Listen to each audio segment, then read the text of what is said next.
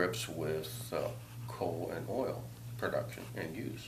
We don't need coal and oil, but we're not going to be able to get to that point because there's certain people that are controlling and manipulating a lot of the different things. That's part of what's in the book. And we That's know part it. of what's in, yeah, but those people now have to be dealt with.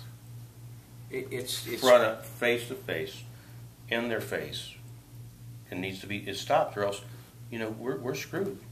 You have to educate the public more, though. I mean, the public. It's 700 pages.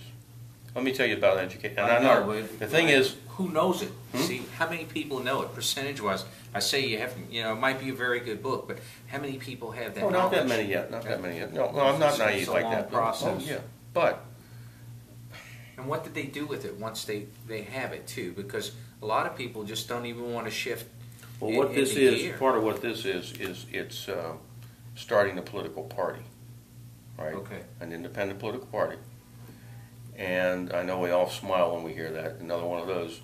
No, I take it very seriously because I think we have one party with two factions. I mean, and a lot of people say that. We have a Republican and a semi-Republican party is the way I look at it. About the last 15 years, anyway. Yeah, I mean, whoever they are, they're not representing the people. So. Not at all. No, absolutely. But now, what are you thinking about population?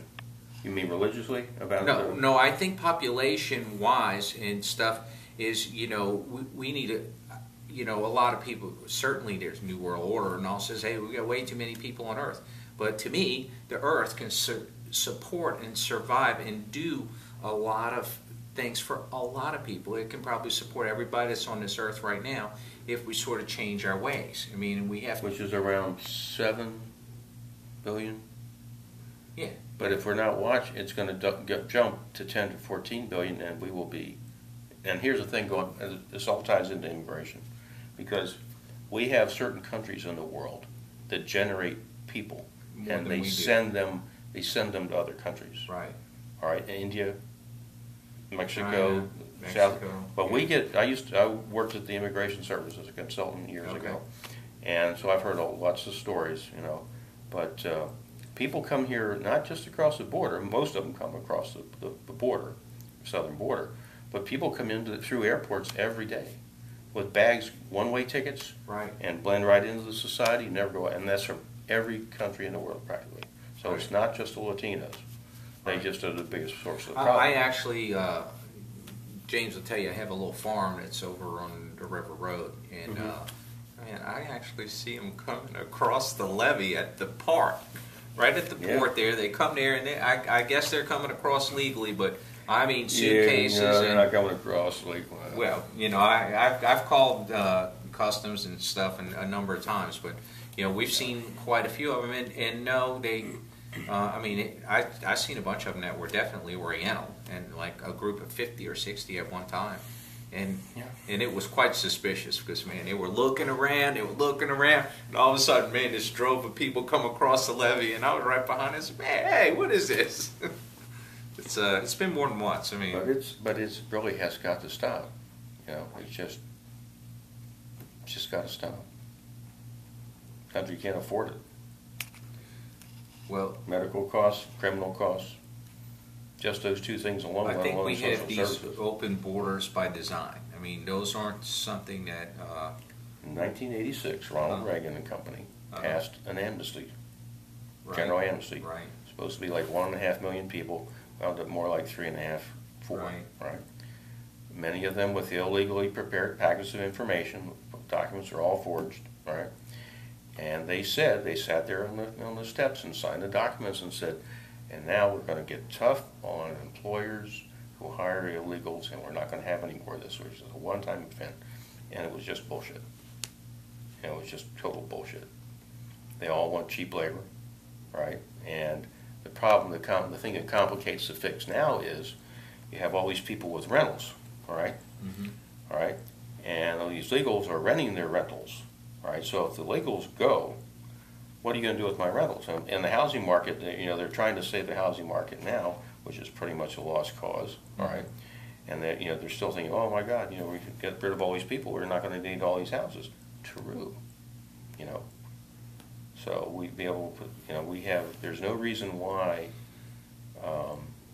we have all these people homeless in this country. We should be able to figure out ways of making that. Is your book addressing the monetary system, the fractional reserve system, the way that they create money that just adds to the? I didn't get into that. That's something that seriously. What I attack is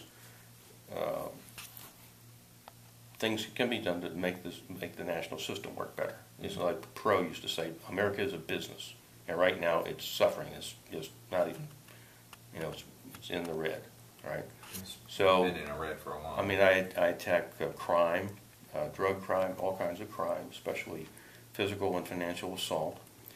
So I figure we have a lot of negative budget expenses, local level, state level, federal level. So crime is big, and that can be cut down if we get tough on some certain types of crime. And I mean the death penalty tough. And I've been talking to people about this like this for 40 years, right? And the majority of the American public, if you give them a clear set of rules on if somebody does this. Well, we have a death penalty. It It's gets not- bogged down in the legal system. Well, that's why we're going to change it, okay? We're going to change it to if you commit the crimes of premeditated murder, premeditated rape, or pedophilia, right, after a certain date, okay, let's say July 1st of next year.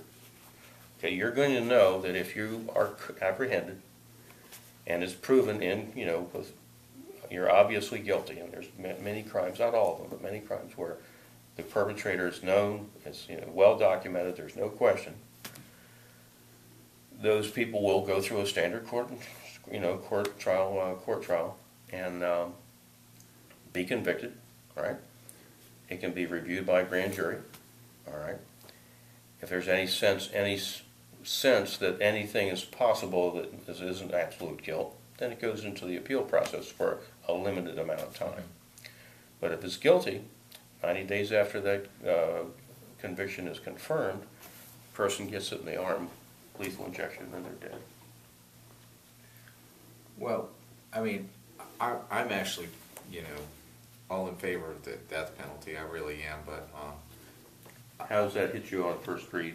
I think that it's a little tough, and it's a tough sell because you got this guy that just like last week or 2 weeks ago, finally, they figured out he was the wrong guy. It was 2 weeks before he was about to get injected. And we're going to have to move. We're going to have to move beyond that. You have to fix the whole criminal justice system, the whole civil justice system, because it's all about who you pay and who you know. It has nothing to do with real justice. It just doesn't. I mean, then we need to fix it so that it will. Well, first, you got to get rid of all the Congress. You need to get rid of all the judges. I mean, exactly. Especially in this city. That's what we're talking about, getting rid of the Congress. So if it doesn't happen this time, by 2 years from now, we'll take them all out, right? Because we're going to have an agenda, we're going to have a platform to start with.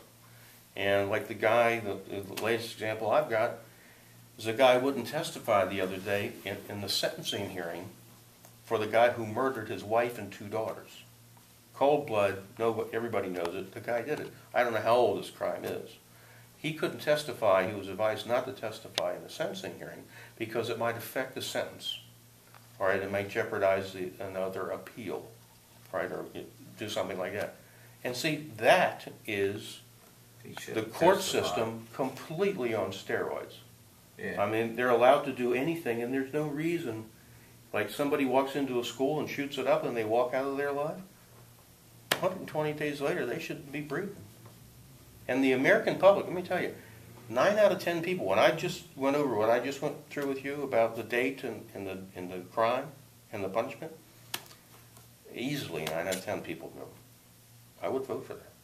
Men, women, all kinds of different people. I talk to all kinds of people. And the American public is really fed up. Beyond all, aren't you fed up? I mean, crime's got to go. I mean, I mean, so you got to kill. I find it very appalling that anybody would do anything to anyone. Whether in your integrity, your honesty, stealing from people. I mean, I don't think you need death penalty for that. But I mean, I'm just saying, I find a lot of this really appalling. Maybe after your 14th car, you'll get popped. You know, I mean, I think people need to respect one another and love each other and you know, try to at least treat everyone the way you want to be treated. Amen. And everything will work out good if we were able to do that. Right. Name of the book? The name of the book is The Second Coming of Common Sense.